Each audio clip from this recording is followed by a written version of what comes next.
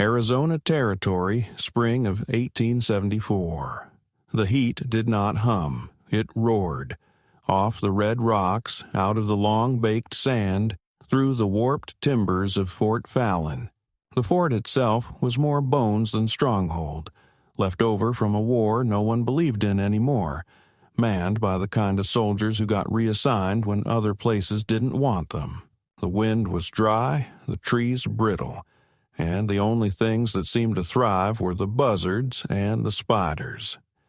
It was here that Lowen lived, if one could call what he did living. He was not on the Army's payroll exactly, nor did he wear their colors.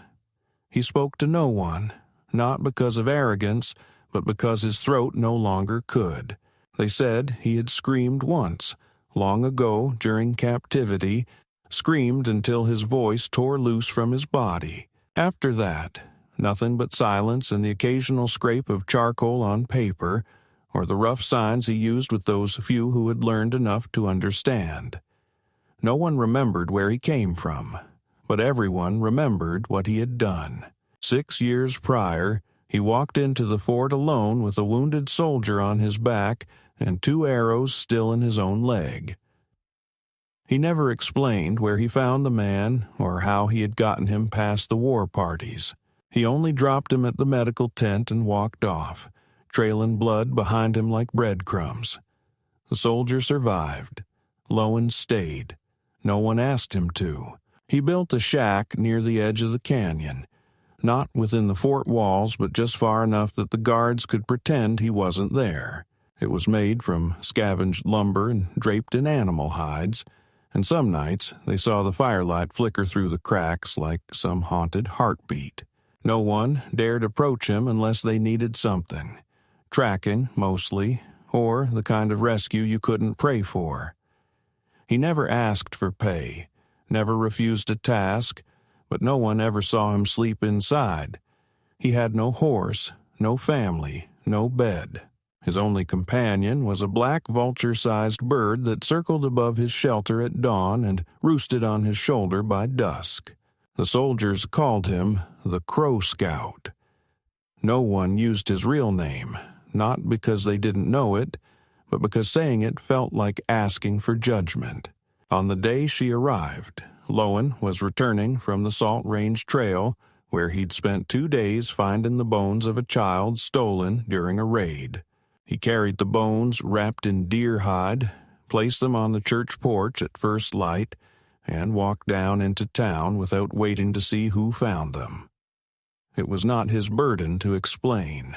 He passed by the gallows being built in the square, though the wood was still green and splintering, like no one had really expected to use it. Soldiers and townsfolk clustered near the post office, some jeering, some uneasy, most just watching because the heat had slowed everything else to a crawl. She was standing at the center, hands tied behind her back, a sackcloth over her shoulders and dried blood along the hem of her dress.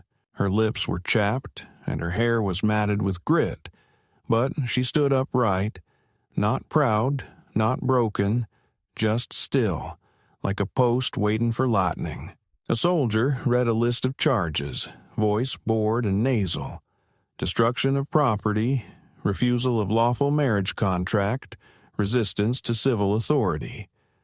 There was laughter at that, but it was uneasy. The girl, no more than 19, 20 at most, did not speak.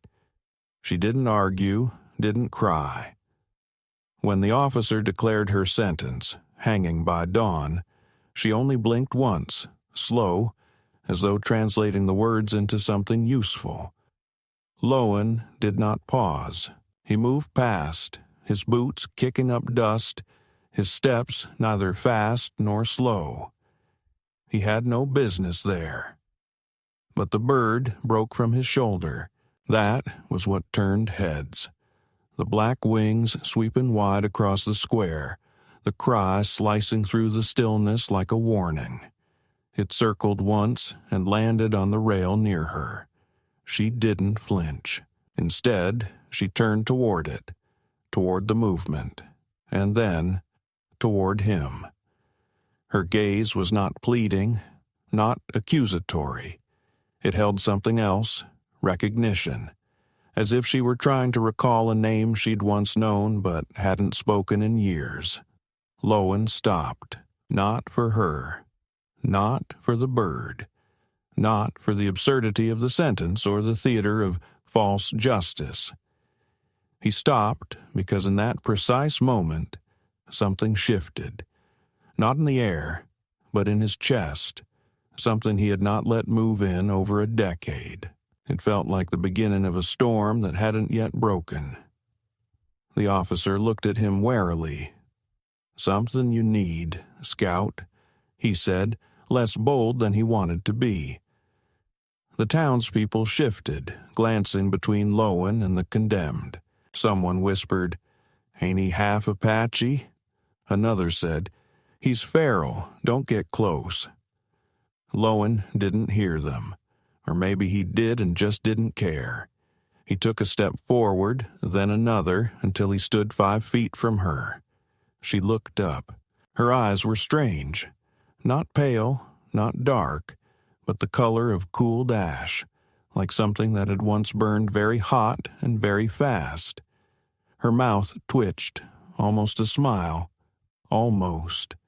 She whispered something, but the wind stole it. Lowen reached into his coat and pulled out a strip of red fabric. To the soldiers, it was meaningless. To him, it was sacred. A remnant of blood oath, of ancient code.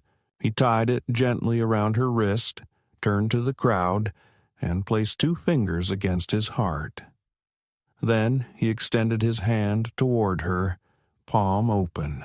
It was a ritual older than the gallows, older than the town, older even than the borders drawn across the land. Among the Apache, it was the gesture of claim, not ownership, not conquest, but binding. A soul declaring kinship with another. The officer stammered. "She's under sentence. She's been condemned," he insisted. Lowen did not move, only pointed at the red cloth, then at himself. Then, for the first time in years, he used his hands to speak. "She is mine, wife." The silence hit harder than any bullet. Chaos erupted. Some shouted blasphemy. Others cried for a retrial, but none dared stop him. The priest, pale and trembling, muttered that he'd seen the symbol before among the old tribes. That interfering would violate every treaty left standing. That if the fort allowed a hanging now, they would have war. Lowen turned. She followed. The red cloth fluttered in the wind behind her like a wound refusing to close. They walked away, not arm in arm, not triumphant. Just steady, together, like 2 ghosts who had found each other in the last place anyone expected. No one stopped them. No one knew what had just been rewritten. But somewhere beneath the dust and the grit and the old blood, something ancient stirred. And in that town, they would later whisper that the hanging failed because a ghost came down from the canyon to take back what belonged to the earth. They would whisper, but no one would ever again say it out loud near the red rocks of Fallon, because even they understood that some names, once spoken, cannot be buried again. Coralie had not wept since her mother died. She had not allowed herself even the brief indulgence of trembling when they tore her from the charred wreckage of her family's barn. The air still thick with the scent of horses burned alive and gunpowder half-cooled in the wind. She had fought until the last breath in her throat nearly turned to ash, until they bound her wrists and knocked her to the floorboards with the flat of a boot, until the law, if one could still call it that, declared her too wild to be tried properly. She had once believed that justice was something a person could carry, like a knife or a cross around the neck. That belief died when the sheriff folded the marriage contract and handed her over to the man she had refused. the son of a cattle baron, too connected to be questioned and too arrogant to be told no. Her mother had warned her that even silence could be twisted into accusation, that a woman who does not consent is, in their eyes, guilty twice. Once for what she denies, and again for daring to speak of it. The boy, Coulter Shaw, had cornered her in the tack room, drunk and swollen with imagined power. She had bitten his cheek, drawn blood, and set fire to the dry hay to escape. The flames had spread too fast.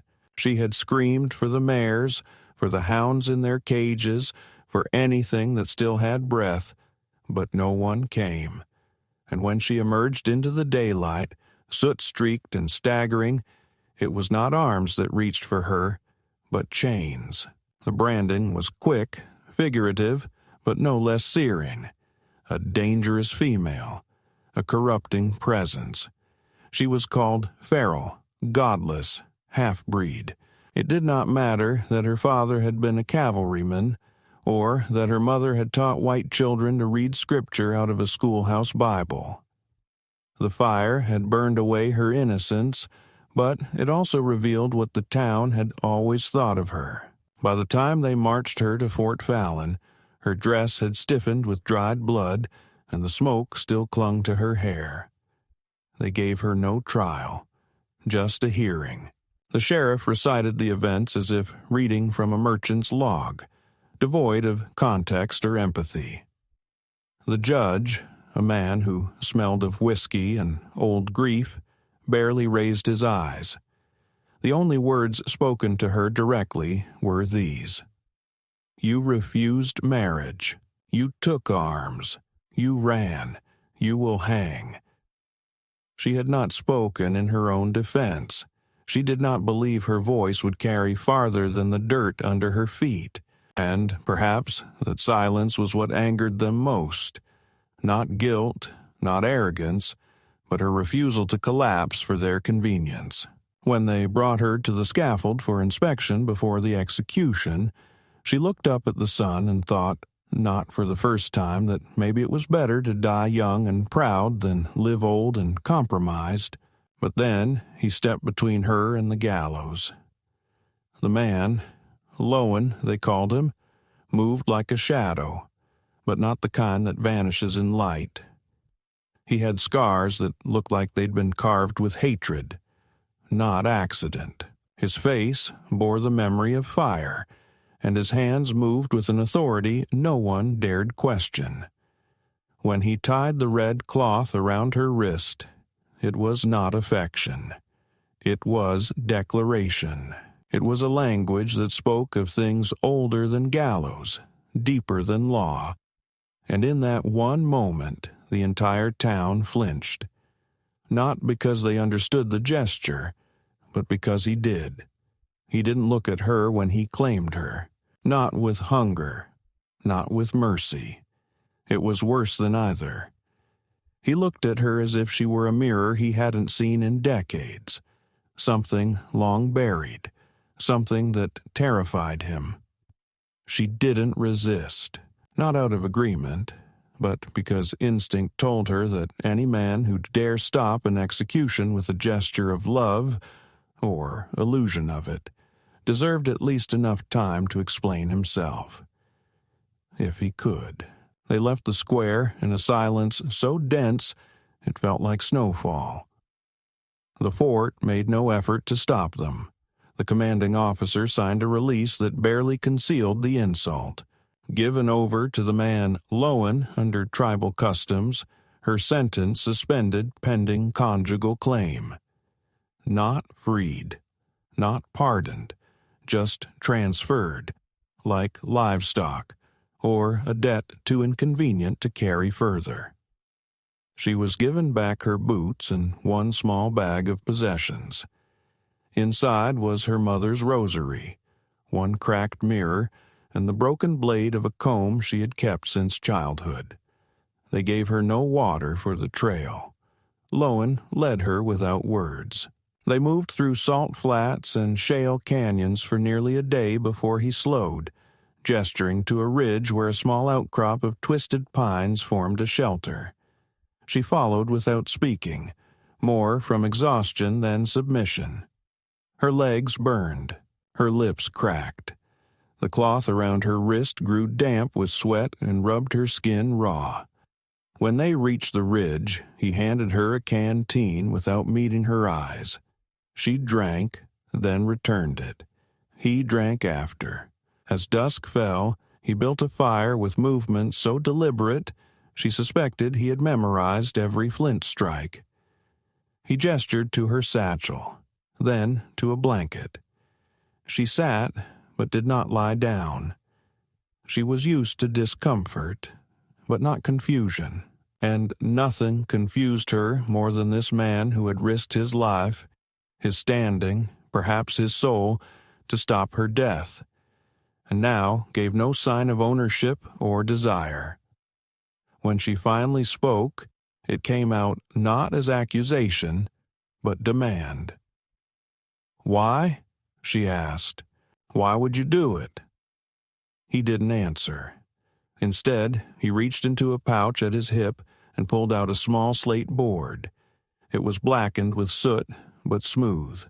He scratched a few marks with a stone, then turned it toward her. "You would not beg. They hate that." She blinked. He wiped the board clean and wrote again. "They need obedience. You gave them shame." And again. "I gave them something worse." It wasn't enough, but it was more than nothing.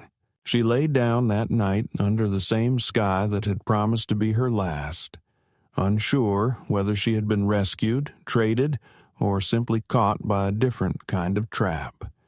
He slept nearby, eyes open, fire between them. The bird, the same one that had landed beside her during sentencing, perched above, silent as its master. She didn't sleep.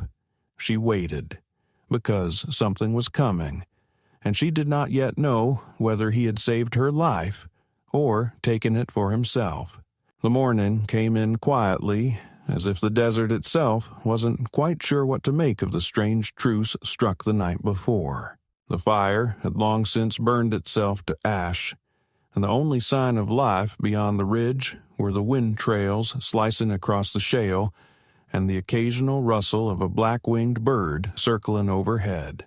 Coralie opened her eyes to the sound of footsteps, soft, measured, the kind made by someone who didn't need to be heard to be seen. She turned her head and found Lowen crouched near the water catch, checking the canteen as if it were a ritual and not necessity. He hadn't spoken during the night, hadn't even gestured after their exchange by the fire, and yet there was something unmistakable in the way he moved, a stillness that was not passive, but chosen. She sat up slowly, half expecting him to bark an order or toss another cryptic message at her, but instead he stood and offered her a small parcel of dried meat and mesquite bread, then turned and walked toward the tree line without waiting to see if she followed. She did, but not because she trusted him, because she had no other direction left that didn't smell of rope and judgment. They traveled for hours through a broken canyon, the kind where shadows fell like blades and every stone seemed shaped by old violence. She noticed that he never walked directly ahead of her nor behind. Instead, he kept pace at a diagonal angle, always within reach but never imposing, as if trying to exist beside her rather than lead. That confused her more than anything. Men who claimed you, even by accident, made sure you remembered. They owned your footsteps, your silence, your breath. But Lowen, he walked like he was offering something unnamed and was waiting to see if she would take it. That irritated her more than she cared to admit. She was tired of interpreting signals, tired of watching for betrayals hidden behind gentleness. So, when they stopped for the midday heat and he motioned toward a patch of shade near a cliff wall, she sat opposite from him and stared directly into his face. "I'm not yours," she said, flat, not hostile, but certain. He didn't react, didn't even blink. She waited, but he said nothing. "You pulled me from a rope, tied a rag to my wrist, and now they say I belong to you." Still nothing. So she leaned forward, and this time her voice turned sharp. "Well, I don't. I never will. You might have stopped them, but that doesn't make me yours." Lowen reached for his pouch, slowly, and drew out the slate again. He scrawled something with a blunt piece of chalk, turned it, and set it gently on the ground between them. It read, "You don't belong. That's why I came." She stared at the words, the shape of them, the peculiar slant of his letters, and felt something in her chest knot. It wasn't understanding, not yet, but it was a recognition of tone, like hearing a song you didn't like but couldn't forget. Before she could respond, the vulture swooped low over their heads, letting out a guttural call before banking eastward. Lowen stood, gathered his gear, and without another look, began walking. She didn't want to follow, but her legs moved anyway. By nightfall, the landscape had changed. The red rocks had given way to a long stretch of bleached land, cracked and flat, interrupted only by a skeleton windmill and the rotted frame of an old chapel with its roof half gone and its bell rusted still. Lowen led them there, not for shelter, but for something else. Inside, the floorboards were covered in dust and claw marks, as though wild dogs had once tried to claw their way through the past. He knelt near the back wall and brushed aside a plank to reveal a shallow pit with 2 bundles wrapped in deer hide. She stood frozen as he unwrapped them, bones, small, delicate, bleached clean. One bundle was far smaller than the other. He didn't explain. He just sat there, his hand resting on the smaller set, his head bowed. For a long time, neither of them spoke. Coralie moved slowly, her eyes locked on his. She knelt beside him, unsure why, and asked, almost a whisper, "Who were they?" Lowen didn't move. His hand tightened slightly, then he pulled a chain from his shirt. Simple iron with a rusted coin hanging from it. He handed it to her. On the back of the coin, scratched with a knife, were 2 names, Sarah and Numa. She didn't ask which one had been the child. She didn't have to. Something in the way he held himself had already said it louder than any word could. She gave the chain back, slowly, fingers brushing his palm. That night, they didn't sleep near the fire. They sat beside the grave pit, backs to the wall, the wind howling through the roof like a hymn torn from the throat of the dead. She asked no more questions. But when she woke hours later, she found that at some point her head had slipped against his shoulder, and he hadn't moved. He hadn't drawn away. He'd simply let her rest. And his fingers, scarred, silent, rested lightly atop hers. The next day, they crossed into grassland. It was dry, but alive in its own way. She began to walk ahead of him without thinking. He made no complaint. She found herself testing that now and then, walking faster, then slower, then stopping altogether. Each time he matched her pace or waited. Never once did he press. On the 3rd day, she bathed in a creek. He turned his back. She cursed, half mocking him, called him a coward. He didn't react. That night, when she couldn't sleep, she found him sitting alone, watching the stars with the kind of hunger she remembered seeing in people right before they prayed. But there was no cross, no rosary. Just him and the silence. That silence began to unravel her. It wasn't empty. It was full. So full it pressed against her ribs. He had not touched her, had not claimed her body, and yet somehow she felt more seen than she had in years of being touched, bought, and discarded. That made her angry, because she didn't know how to answer that kind of attention, not with softness, not with words. So one night, she waited until he laid out his blanket, and then, with purpose, walked over and stood above him. He looked up, unafraid.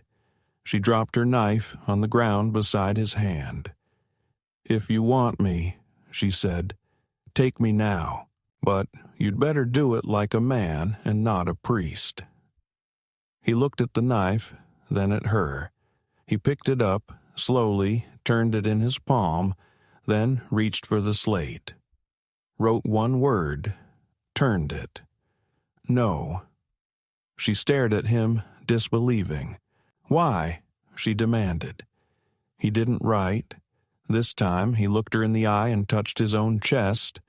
Once, then hers, just over her ribs. Then he turned and walked away. She stood there for a long time. When she finally lay down, she placed her hand where he had touched. She did not cry. But the next morning, when they walked, she chose to walk beside him. And when his fingers brushed hers as they crossed a narrow path of broken stones, she didn't pull away. The storm did not begin with thunder. It began with stillness, a wrong kind of silence that pressed against the skin like damp wool, slow and suffocating. The air around the canyon shifted so subtly at first that Coralie didn't notice, only that the horses had stopped grazing and Lowen had paused midway through sharpening his blade, head cocked not toward any sound, but toward the sky. She had begun to understand his rhythms by then, the way his body heard what ears couldn't, how stillness in him was often louder than words from others. He stood, motionless, eyes tracing a point on the horizon she could not see. The bird, the one she had grown oddly accustomed to, circled twice, then veered hard east, wings tensing like sails against a wind that had not yet arrived. She looked at Lowen, waiting for a sign, a word, anything, but he gave none. Instead, he walked to the mule, secured the gear with swift, exacting movements, and handed her a coil of rope. His mouth was a tight line, but his eyes, they burned not with fear, but readiness. She understood then that something was coming. Not a storm of weather, but something heavier, older. They had camped in a draw that day, sheltered by cottonwoods and rock shelves, the kind of place that whispered safety, but only to those who had not lived long enough to recognize when a place was too quiet. The draw had one narrow entry, and Lowen motioned for her to pack everything in silence. No fire, no trail, just leave. But before they could move, the first sound came. Not thunder, but hoofbeats, fast and wide, the kind used to corner prey. Coralie dropped to the ground instinctively, but Lowen didn't flinch. He pulled the rifle from the saddle, not to raise it but to lay it across his knees. Then he waited. She could see it in him, that eerie calm that came not from lack of fear, but from familiarity with death. He signed one word to her. Hide. She moved up into the rocks above the trail, breath shallow, heart hammering in her ears. Dust rose long before the riders came into view. 4 men, rifles slung across their backs, each wearing the red bandana that marked them as part of Coulter Shaw's hired searchers. Not bounty hunters, not lawmen, something worse. Men who took personal offense to women who refused orders. One of them dismounted near Lowen. He spat near his feet and said, "Ain't no war going on, Scout. What are you doing dragging around some man's ruined fiancé?" Lowen didn't answer. The man gestured toward the canyon wall, sneering. "She's here, right? We heard she was with you.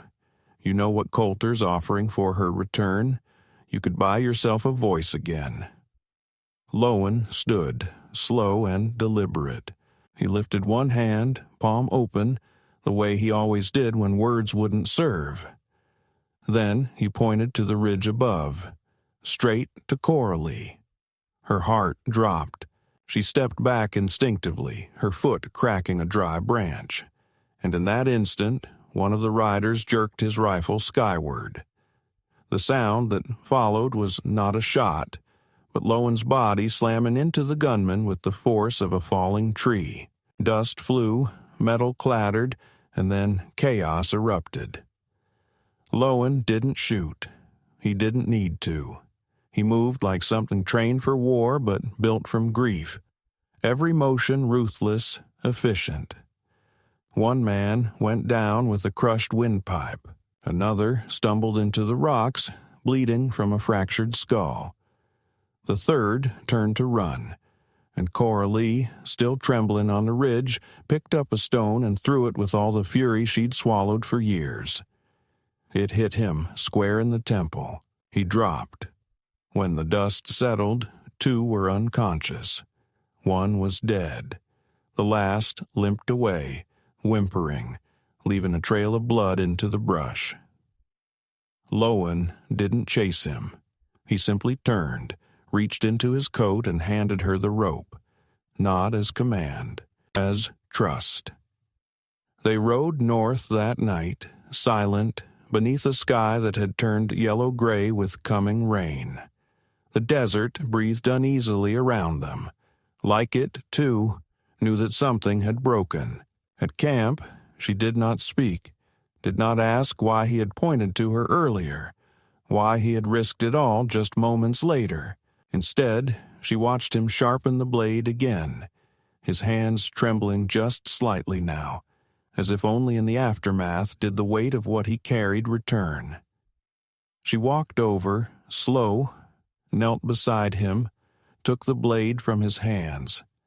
He didn't stop her. She ran the cloth over it with care. Not ritual, intimacy. Then she looked at him, and for the first time her voice was soft. "You were never going to let them take me. Were you?" He met her gaze, shook his head once, then pressed his palm to the ground. Her eyes followed. There, drawn in the dust beside them, he had traced a small symbol. 2 figures side by side, neither ahead nor behind. Equal. She stared for a long time, then reached out, and for the first time, placed her fingers over his. She didn't speak again that night. She didn't need to, because for the first time since she'd stood beneath a noose, she felt the wind shift in her favor, and it smelled not like rope or ash or blood, but like rain. By the time they reached the basin at Kestrel Hollow, the rains had passed, but the mud still clung to everything, boots, hooves, and breath alike. The silence between them had grown thicker, but not hostile. It was a silence of decisions unspoken, of touches not yet made, but no longer denied. Lowen had grown more watchful, not toward her, but around her. Every shadow in the hills made his shoulders tense, and more than once she caught him pausing at ridge lines, pressing his fingers to the earth as if it could tell him where danger might come from next. The attack had shaken something loose in him.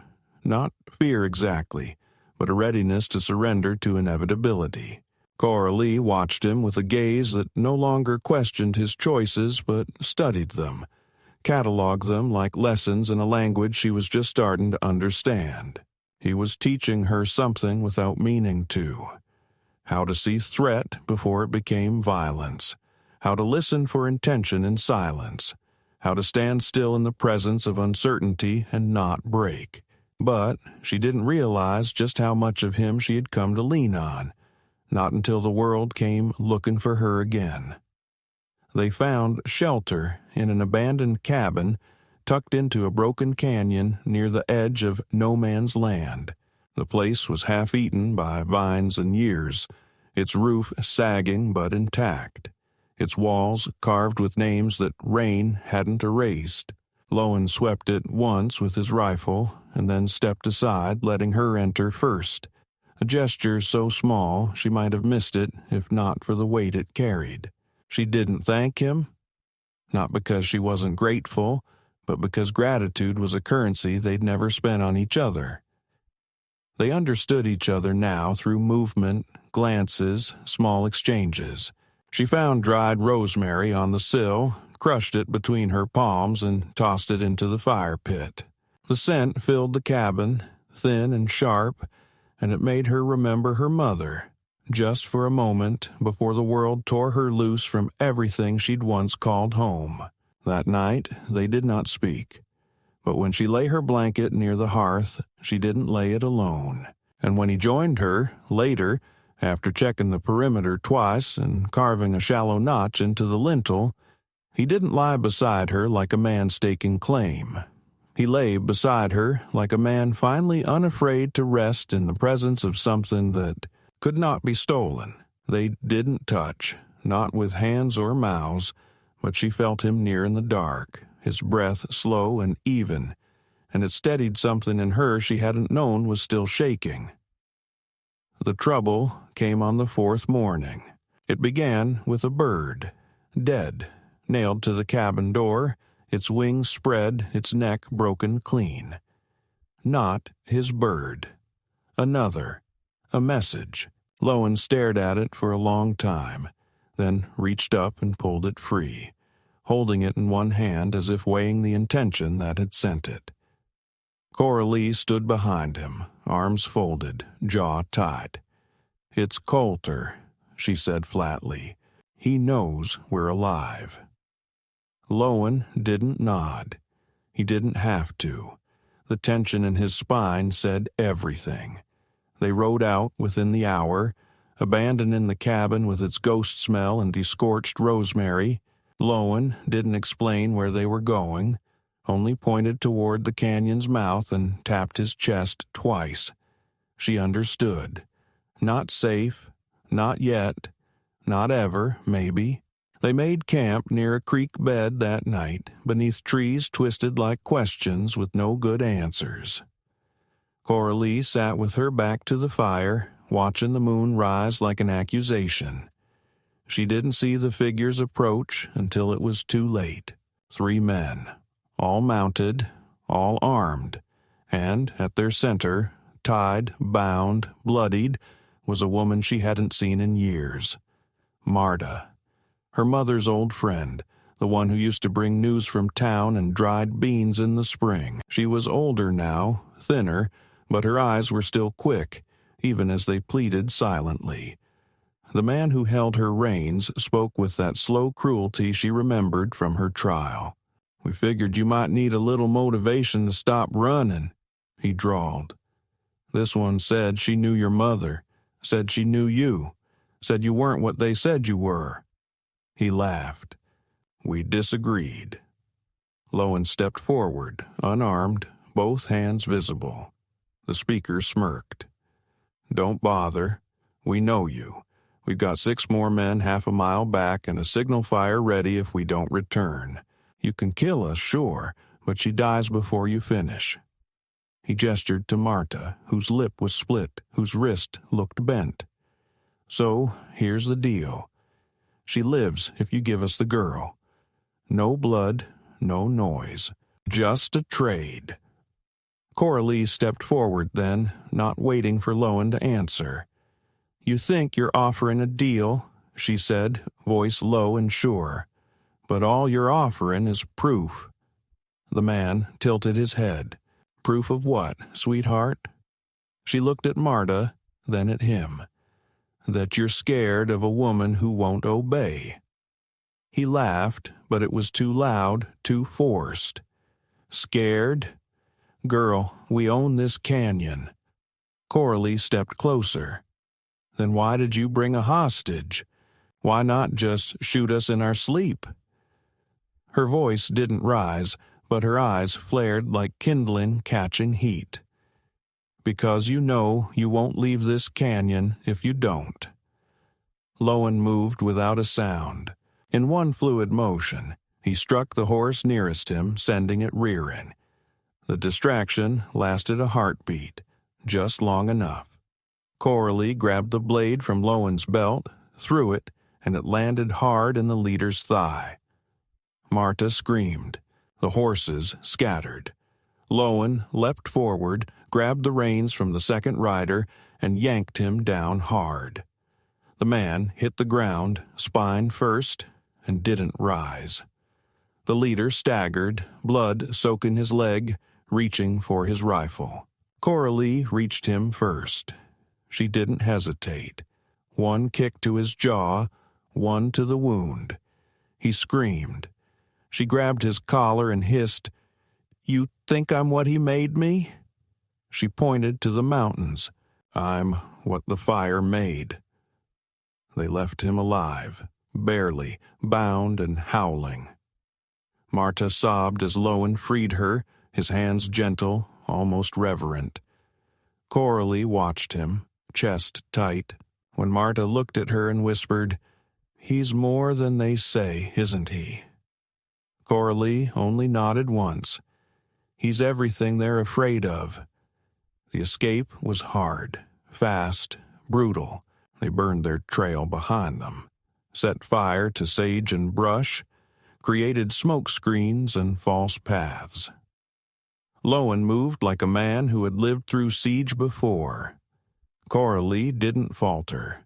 She matched him pace for pace, wound for wound. When Marta could go no farther, they left her in a hollow with food and compass, her face pressed to Coralie's chest as she whispered, "Forgive me for not speaking then." Coralie kissed her hair. "You're speaking now." They reached a plateau by dusk, a cliff edge where the whole valley spread below like a warning. There, finally, they stopped. Lowen collapsed beside a rock, breathing hard. His arm bled freely now from a wound he hadn't shown. Coralie tore cloth, pressed it firm, her hands shaking only once. "You should have killed them," she said. "You should have burned them down to the marrow." He looked at her, then slowly raised one hand and traced a line over her heart, then another, like a cross, then a third between them. She understood. "You mean, because I still have mine." He nodded. She dropped the cloth, reached up, touched his throat, and for the first time he spoke, not with voice, but with lips. No sound, just shape. "Mine." She didn't answer with words. She answered with her mouth, and the taste of blood between them, and the refusal to be conquered. The flames rose long before they saw them, not orange and red like a hearth or an accident, but blue and high, cold at the edges, furious at the center. Smoke poured into the sky in a thick vertical column, too perfect, too deliberate. It was a signal, a statement. Fort Fallon was burning. Coralie saw it from the ridge as they crested the final rise, her breath catching not in fear but in recognition. This was not justice. This was erasure. This was someone rich enough, angry enough, afraid enough to wipe the memory of her from the land like chalk from stone. Lowen didn't speak, didn't gesture. He only stood beside her, still as the rocks, watching the black pillar twist against the wind. Then, without a word, he moved, fast, sure, like a man walking into something he'd already seen in dreams. She followed. She always would now. The descent into the valley was brutal. Sharp rocks, treacherous footing, the heavy press of smoke choking out clarity. The smell hit them first.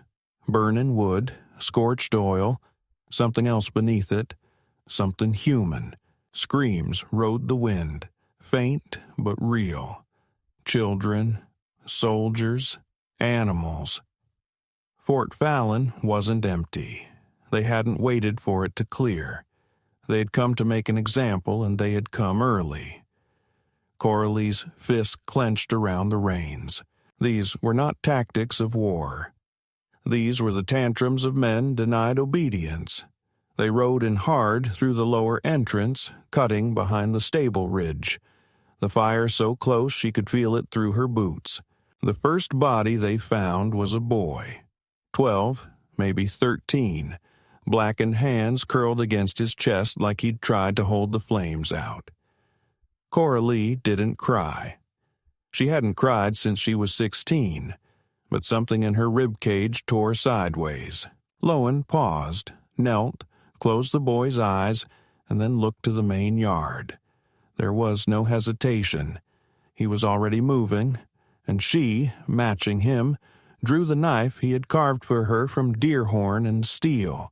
The men were still inside, torching the chapel, dragging crates from the armory, shouting orders with the careless ease of men who thought themselves invincible.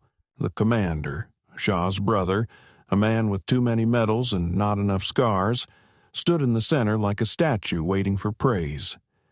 He held a whip in one hand and wore a pistol on each hip. Coralie recognized the look on his face. He was already imagining himself a hero in the retelling. Lowen didn't wait for an opening. He charged directly into the courtyard, rifle raised, not shooting, not yet. The sheer audacity of it broke the moment like glass under boot. The men turned, confused, expecting resistance from within, not without. He fired once, one clean shot that tore the whip hand off Shaw's brother at the wrist. The man screamed, stumbled, drew his pistol with the other hand, but before he could aim, Coralie was on him. She didn't hesitate. She drove the blade into his thigh, yanked it free, and drove it in again higher. He went down howling. She turned, crouched low, found another coming up behind Lowen and threw a stone. Hard, fast, catching him in the temple. Lowen spun and finished him with the butt of the rifle. Then the chaos began. Gunfire split the air. Horses screamed. One of the storehouses exploded, sending metal and wood raining down. Lowen grabbed her, shoved her into the shelter of a broken wall, signed fast, "Children, kitchen, go." She didn't argue. She ran. Through smoke, past ash, under beams that cracked and groaned like dying animals. She found them huddled near the hearth, the cook's boy, 2 girls from the wash line, a soldier's infant left in a basket. She herded them out with promises she couldn't back. "Follow the rocks," she hissed. "To the ridge. Don't stop." They didn't ask who she was. They just ran. Back outside, Lowen moved like a ghost born of fire. Not wild, but focused, cutting down men with the precision of someone who didn't care to win. Only to make sure no one else did either. She joined him again by the well, her blade bloody, her hair singed. He touched her arm, just once, and she nodded. The rest was a blur. Flames, bullets, screams, the world falling sideways. At one point, she saw Marta, armed with a shovel, dragging a wounded soldier from the burning barracks. At another, she found herself holding a child so tightly her own hands bled from splinters. Then the fire turned. The wind shifted. The chapel collapsed. And under it, Lowen.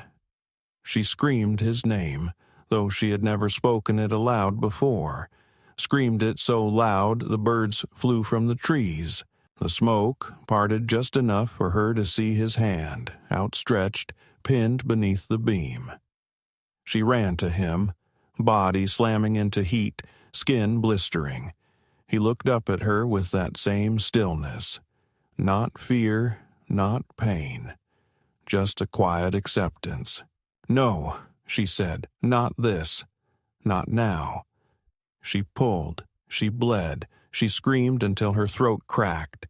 And when the beam shifted just enough, he moved, rolled free, coughing blood, his mouth forming her name. No sound, just breath. But she heard it, because by then she knew the shape of his silence better than most people knew words. They crawled from the wreckage together, smoke at their heels. Behind them, the fort groaned once and collapsed. She didn't look back. She just held him and whispered, "I am not your wife by custom. I am not your debt. I am not your duty." Then, softer, breaking, "I am yours because I stayed." He didn't answer with speech. He answered with breath. And, with the last strength in his hands, he took the red cloth from his belt, torn, blackened, and tied it around her wrist again. This time, not as protection. This time, as vow. The valley didn't forget, but it went quiet. In the weeks after the fire, after the bodies were buried and the ash was carried off by wind and time, the land settled into a kind of hush, like an old bruise too deep to heal clean. Nothing grew near what had once been Fort Fallon. The earth was scorched bare, and the trees at its border leaned away, as though even they understood what had been taken and what had refused to be surrendered. Those who came looking for survivors often found nothing, just remnants, blackened stone, a twisted crossbeam shaped like a broken arm. But sometimes, just before dusk, a figure could be seen along the ridge, watching, not hiding, not hunting, just present, as though guarding a grave too large for a name. Lowen healed slowly, bone deep. His ribs took the longest, and the burns along his side left a pattern like feathers laid in ash. Coralie tended him without ceremony. She boiled roots, cleaned wounds, stitched flesh where it split, and never once asked him to explain what had happened beneath the beam, what he'd seen in the seconds between breath and silence. When he could walk again, they left the valley. Not far, just high. Up past the mesa, where the vulture had once circled, they found a place between two crags where the wind came steady and the ground was firm. There they built not a home, but a shelter. First from stone and canvas, then timber and patience. It was not large, but it was theirs. She carved a mark into the doorframe the day the roof was finished. 2 parallel lines crossed once. Her name for it was Choice. His was Tether.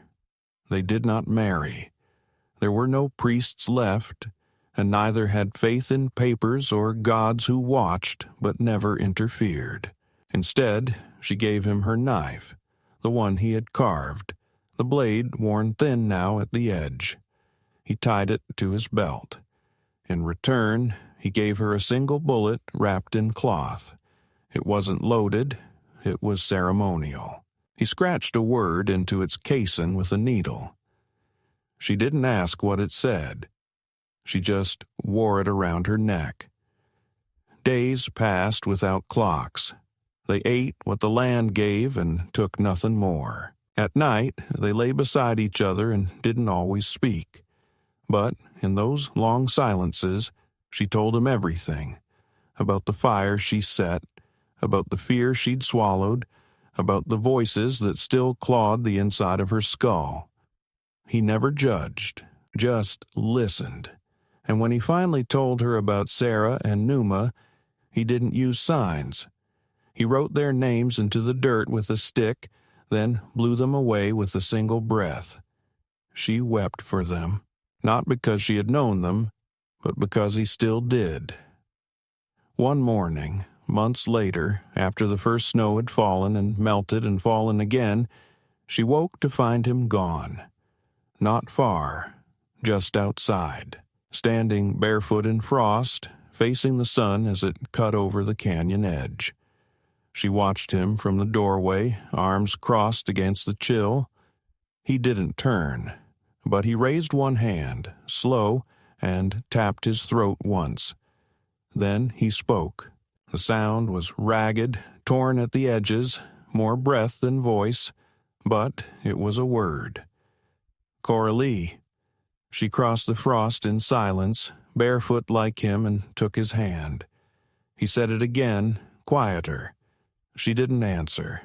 She didn't need to, because in that single word, spoken with a throat half ruined and a will fully healed, was every vow she had ever wanted. And in that cold sunrise, they stood like two survivors of a world no longer chasing them. Not married, not claimed, chosen.